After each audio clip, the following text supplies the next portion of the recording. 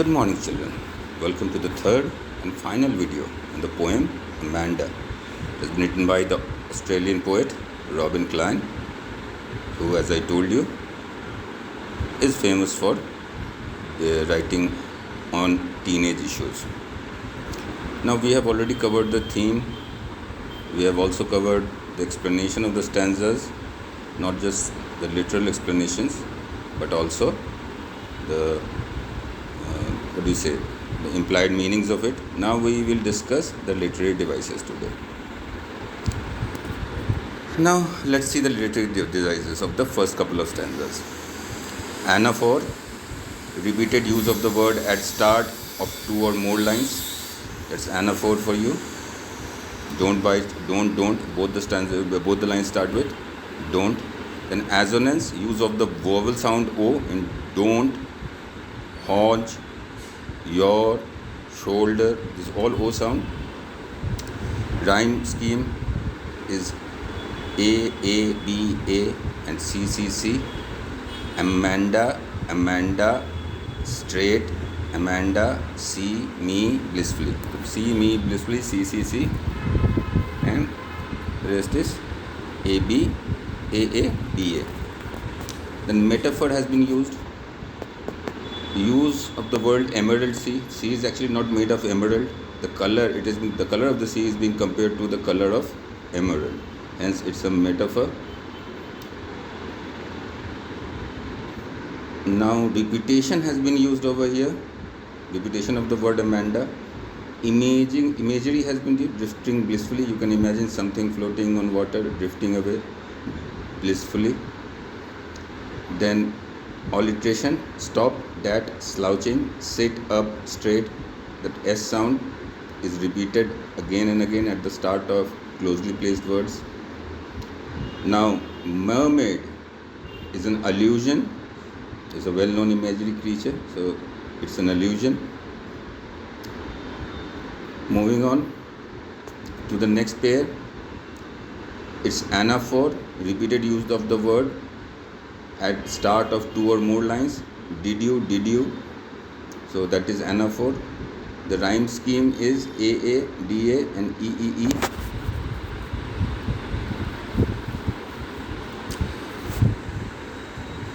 The rhyming scheme is mentioned as A, Amanda, shoes becomes D, and then Amanda, A, DA, then street, feet, sweet. So eat sound is over there. That's the rhyming scheme. Then assonance has been used. Use of the vowel sound O, thought, told, you, your, shoes. These are all O sound. Hence, this is assonance. Repetition. Use of the word Amanda has been repeated.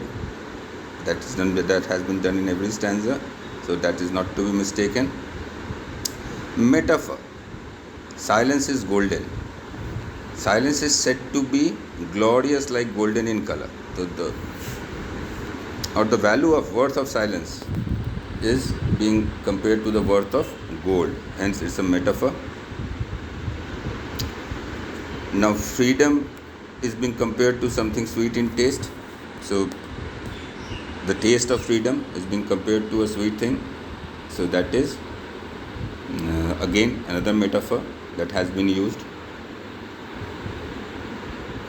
Metaphor is an indirect comparison, right? We say if we say silence is like gold, then we are using simile, that both are same thing. Here a quality of it is being compared, not exactly there compared. That not a direct comparison, but the comparison is a bit indirect. Allusion, use of the famous fairy tale character Rapunzel.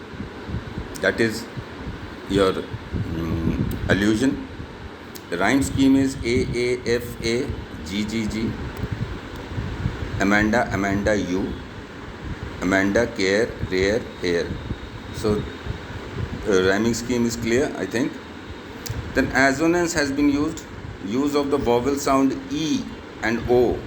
Will you please look at me when I am speaking to you?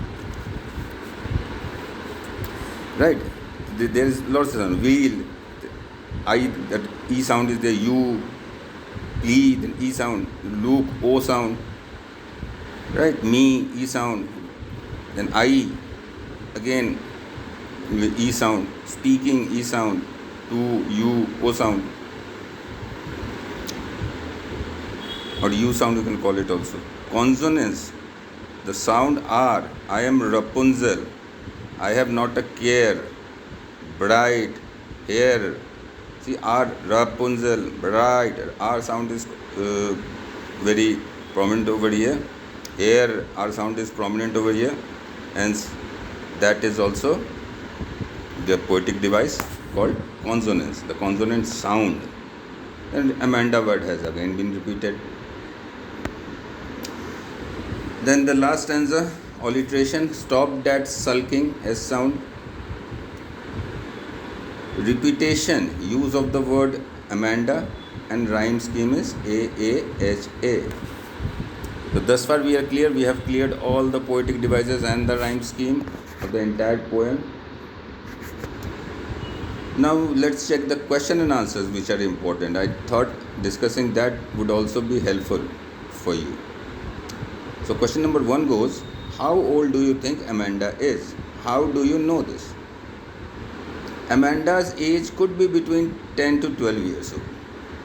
We can guess that because of the reference of mermaid or Rapunzel. These stories are read by children of age group of 10 to 12 years. That is the general age group that believe in fairy tale, and that also they also believe that they can also have a life like that. Mature ones don't think on those lines. Now question number 2. Who do you think is speaking to her? One of her parents is speaking to her. We think that probably it could be her mother. We think this because it is a general perception that children are taken care of by their mothers at home. If I explain it properly, you can notice that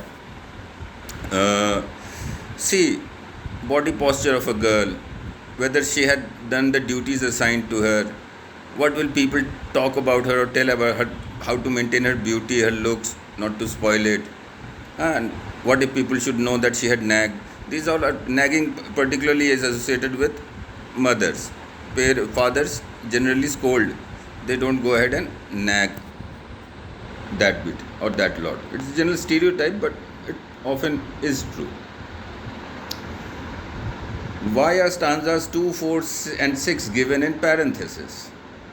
Parenthesis is a remark that is added to a sentence, often to provide an explanation.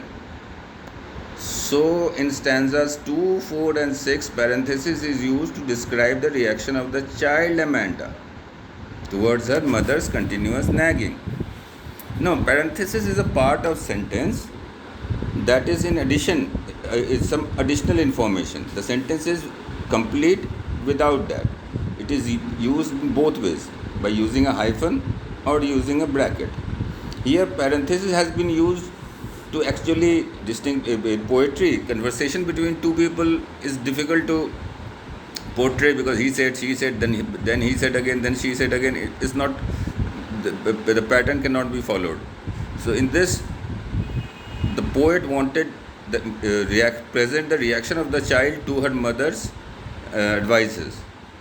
The parenthesis was a good way, because whatever her mother said, the additional information about we know is the reaction of Amanda, and the reaction is not what the mother would desire. Now question number 4. Who is the speaker in stanza 2, 4, and 6? Do you think the speaker is listening to the speaker in stanza 1, 3, 5, 7? The speaker in stanza 2, 4, 6 is Amanda. No, she is not paying any attention to what her mother says. She is lost in her own thoughts. She imagines herself as a mermaid, an orphan, and Rapunzel. So that will be all for this video and this poem. We'll discuss the chapter in details in class, but hopefully you find this helpful and explanatory enough for, maybe even revision purpose, or even if you, in case you miss the class, you can get explained through this. I hope I am being of some help. Thank you. Goodbye. All of you stay safe and take good care of yourselves.